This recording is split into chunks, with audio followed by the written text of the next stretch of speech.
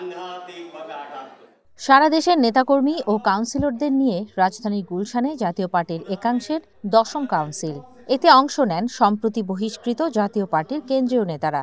Barrister Anisul ইসলাম মাহমুদের সভাপতিত্বে কাউন্সিলের প্রধান অতিথি জাতীয় পার্টির আরেকটি অংশ জেপির চেয়ারম্যান আনোয়ার হোসেন মঞ্জু। দলের কাউন্সিল হলেও নেতাদের কথায় উঠে আসে দেশের চলমান রাজনৈতিক পরিস্থিতি। গাজীপুরে সাংবাদিক হত্যার প্রসঙ্গ টেনে বিএনপির নেতাকর্মীদের লাগাম টেনে ধরতে তারেক রহমানের প্রতি আহ্বান জানান কাজী ফিরোজ রশিদ। বলেন, নির্বাচনে লেভেল প্লেয়িং ফিল্ড এখনো তৈরি হয়নি। আমি তো কোনো লেভেল প্লেয়িং ফিল্ড দেখি না। এখন যদি নির্বাচন হয়, আগের যে নির্বাচন হয়েছে সেই নির্বাচন দিনের ভোট রাতে যদি হয়ে থাকে, তাহলে এবার তো দিনের ভোট দেরি হবে, কিন্তু তার আগে কিন্তু বিজয় মিছিল হয়ে যাবে। বিএনপির যিনি ভারপ্রাপ্ত চেয়ারম্যান জনাব তারেক রহমান সাহেবের কাছে এখান থেকে একটি মেসেজ দিতে চাই, বিধায়কের সাথে বলতে চাই, আপনি এত একটি দলের ভারপ্রাপ্ত চেয়ারম্যান, আপনার মা 3বার প্রধানমন্ত্রী, দলের চেয়ারম্যান এখন আছেন, আপনার দলের লোকদের একটু লাগাম টেনে ধরুন। মানুষ আপনাদের কাছ থেকে কি আশা করে? আওয়ামী লীগ যে ভুল করছে সেই ভুল বিএনপি করবে না। এখন নির্বাচন হলে আপনি হয়তো 280টা সিট পেয়ে আপনি দেশের প্রধানমন্ত্রী হবেন। আপনার প্রথম বক্তৃতা মানুষ আশ্বস্ত হয়েছিল, সমস্ত মানুষের মনে একটা শান্তির আবহাওয়া সৃষ্টি হয়েছিল।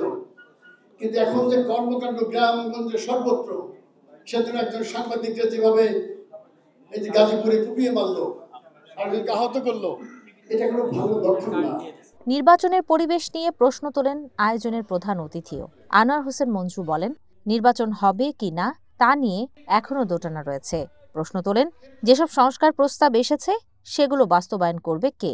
অনেক বিদগ্ধ জন বলেন সংসার দেশ চলছে না। আমি মনে মনে ভাবি, চলবে কি করে? গভর্নমেন্ট তো নাই, নন গভর্নমেন্ট হচ্ছে গভর্নমেন্ট। আর উপদেশ দিচ্ছে কারা? যারা এই দেশে বসবাস করে নাই। কবে কোন রাত্রে, অমাবস্যা রাত্রে না পূর্ণিমা রাত্রে দেশ চলে যাবে জানবেও না।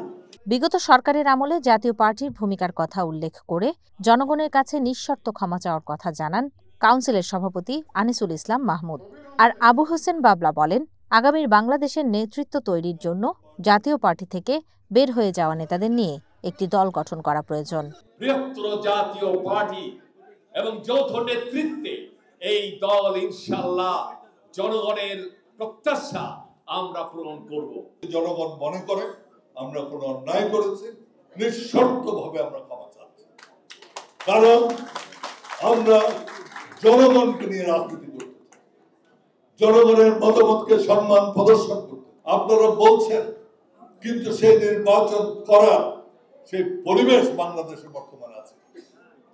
আপনারা যেখানে আইন শৃঙ্খলা ঠিক রাখতে পারছেন না, যেখানে মানুষের জীবনের নিরাপত্তা দিতে পারছেন না, সেখানে আমরা কিভাবে আশা করব একটা নির্বাচন হবে যেটা সকলের কাছে গ্রহণযোগ্য? জাতীয় পার্টি এখন 4 ভাগে বিভক্ত। মূল দলের বাইরেও রয়েছে জাতীয় পার্টির সাবেক নেতা ও মন্ত্রী আনোয়ার হোসেন মঞ্জুর নেতৃত্বে জাতীয় পার্টি জেপি, আন্দালিফ রহমান পার্থর নেতৃত্বে বাংলাদেশ জাতীয় পার্টি বিজেপি এবং ডাক্তার এম.এ. মুকিতের নেতৃত্বে বাংলাদেশ জাতীয় পার্টি। সম্প্রতি জাতীয় পার্টির মূল দল থেকে আনিসুল ইসলাম মাহমুদ সহ বেশ কয়েকজন সিনিয়র নেতাকে বহিষ্কার করা হয়। তাদের নেতৃত্বে আরও একটি জাতীয় পার্টি গঠনের জন্যই এই আয়োজন বলে মনে করা হচ্ছে। এটা একটা বিরল ঘটনা যে একটা দলের